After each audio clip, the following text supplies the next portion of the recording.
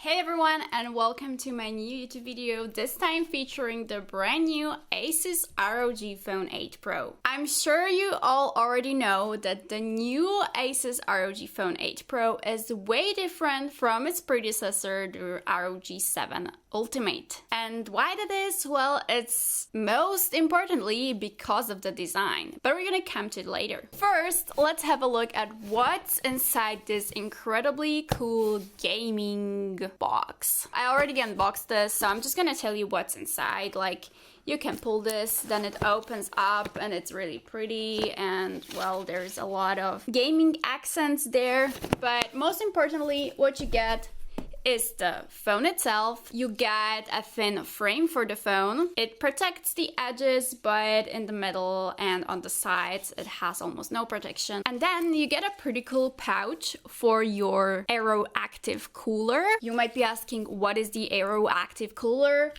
It's this thing. I think a lot of you already know what this is. This is basically a fan which you attach to your phone and it keeps it cooler. You also get your 65-watt charger and a pretty cool braided USB-C to USB-C cable. If I didn't forget anything, that should be it. So this is the box.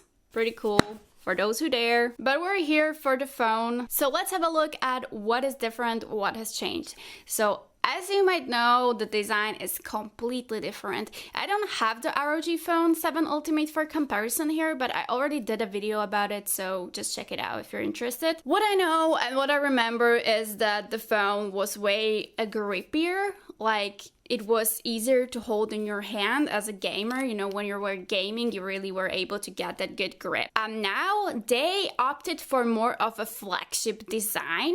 And don't get me wrong, that is actually a good thing, I think, because whenever you have the phone in your hand, you don't know straight away that this is a gaming phone. There are some LEDs here, but you can turn them off. So now I've turned off the panel, and if you look at the phone, I don't think that you would say that this is a gaming phone. I don't think so. It looks like a normal flagship phone. There's nothing too special about it. It looks pretty sleek, it looks thin, so it is just 8.9 millimeters thick, and it only weighs about 225 grams. So whenever you're holding the phone, you don't feel like this phone is heavy or this phone is thick. It actually feels very thin and light. So that's a good thing. So what are the gaming aspects of this phone? Why is this a gaming phone? All right, so the first thing you notice, or the first thing I noticed, were these special gaming texts which are on the back. So it, for example, says Republic of Gamers, Dare to Win, and other. And there's also some text here where you have your ultrasonic gaming buttons. Another thing that tells you that this is a gaming phone is that you not only get a jack for your headphones, but you're also getting 2 USB ports, which is pretty special. And why this is the case, it's because when you're gaming, you want to be charging your phone, right? So you have the ultimate performance and your phone does not die. So normally phones have it on the bottom, but when you're holding it like this and you're gaming, it is pretty uncomfortable to have like a cable sticking out of here. So that's why it also has a port on the bottom, so you can charge it while gaming and the cable goes down here.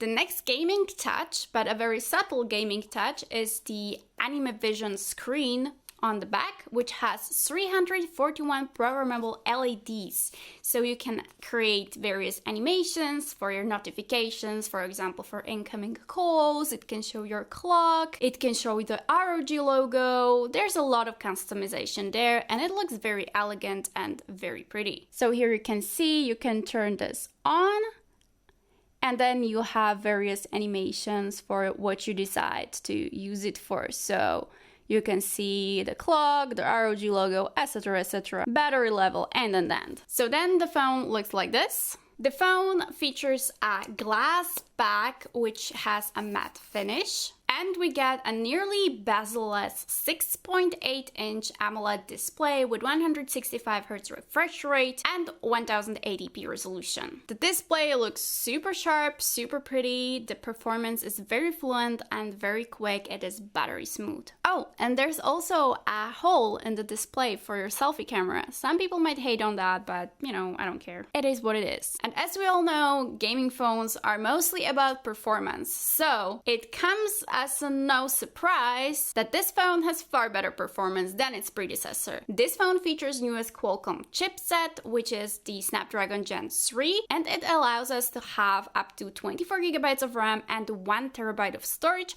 whereas its predecessor was only able to have 16GB of RAM and 512GB of storage. Alright, so let's sum it up in terms of performance. Well, we should get around 30% better CPU performance and around 25% better GPU performance. That's at least what ASUS claims. So this should translate to even more frames per second in your favorite gaming titles. But what about the battery life? Yeah, the battery has gotten smaller. This phone has a 5500 mAh battery, whereas its predecessor, the 7 Ultimate, had a slightly larger battery. It had a 6000 mAh battery, so we have 500 mAh less in this phone.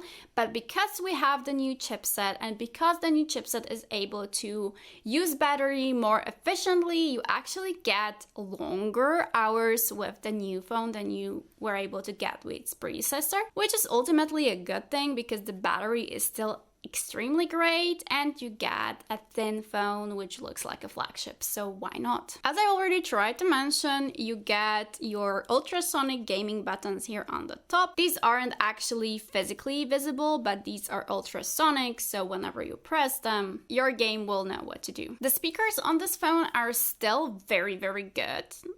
But the predecessor actually had better speakers because they were front firing, whereas these are bottom firing.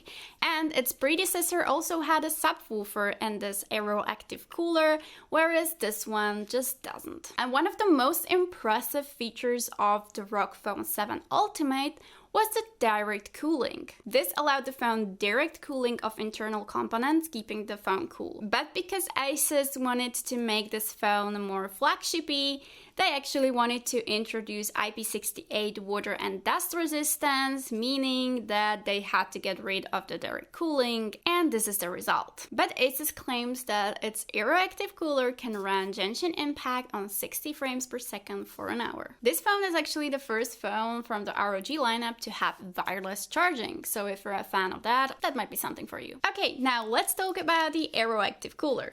So the way you attach this is extremely simple. So you just take the bottom USB-C port, you take this part where you have the USB-C connector, and once it's in there, you simply press this.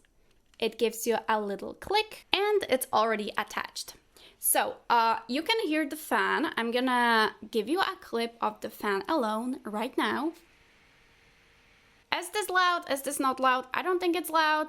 Doesn't bother me at all. I don't care about it, especially when I'm playing a gaming title. And I have the in-game sound turned on, so this is nothing of a concern. What might be a little bit of concern is that the Aeroactive cooler in the 7 Ultimate had 4 buttons, and this one only has 2 buttons right here.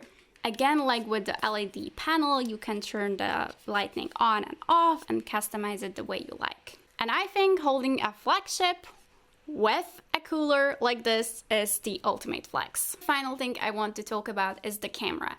I am a huge camera person. I love to take pictures, I love to take videos, and I also like to game on a phone. But the thing is, these gaming phones usually don't have a good camera. Usually you're looking at the photos and it just doesn't look good. Is it any different with this phone?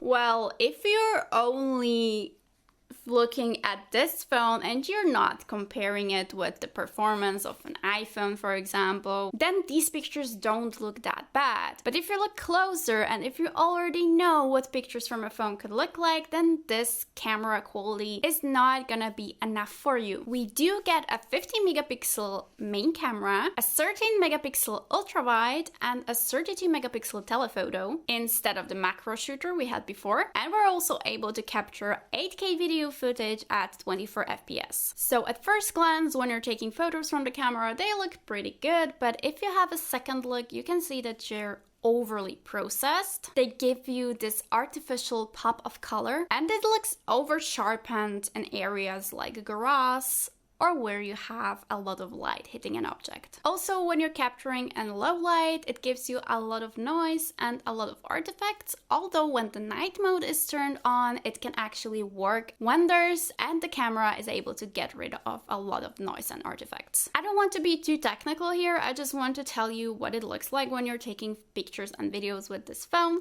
So what you're able to see is a lot of noise and a lot of over processing, over sharpening, so it looks less natural. Also, when you're capturing something in like direct light, you don't see these beautiful light beams, but your whole area of capturing becomes just a big blur. So overall, if you're a gamer, so if you're really gaming on your phone, that I think this is the best choice you can make, honestly. Looks like a flagship, gives you extreme cooling performance, and you're also able to use this phone as a daily, taking pictures and videos wherever you go. So if you're not a photo enthusiast and you don't want to have like the best quality there is in a phone, then this is not a bad step to make. This photo quality is not bad. It's actually pretty good. The video quality is pretty good. So whenever you're taking pictures with your family or of your trips and you're just a casual photographer, then there's no issue with it, and this is basically the best package you can get. So I really hope I could give you some insights on the new ROG Phone 8 Pro, and I hope I can help you decide whether to purchase or not to purchase this phone, whether this is a good fit for you or you would rather wait for something else. Thank you so much for watching, and if you like my content and if you think it's valuable, please hit the like button and subscribe to my channel, and I hope to see you in the next video. Bye!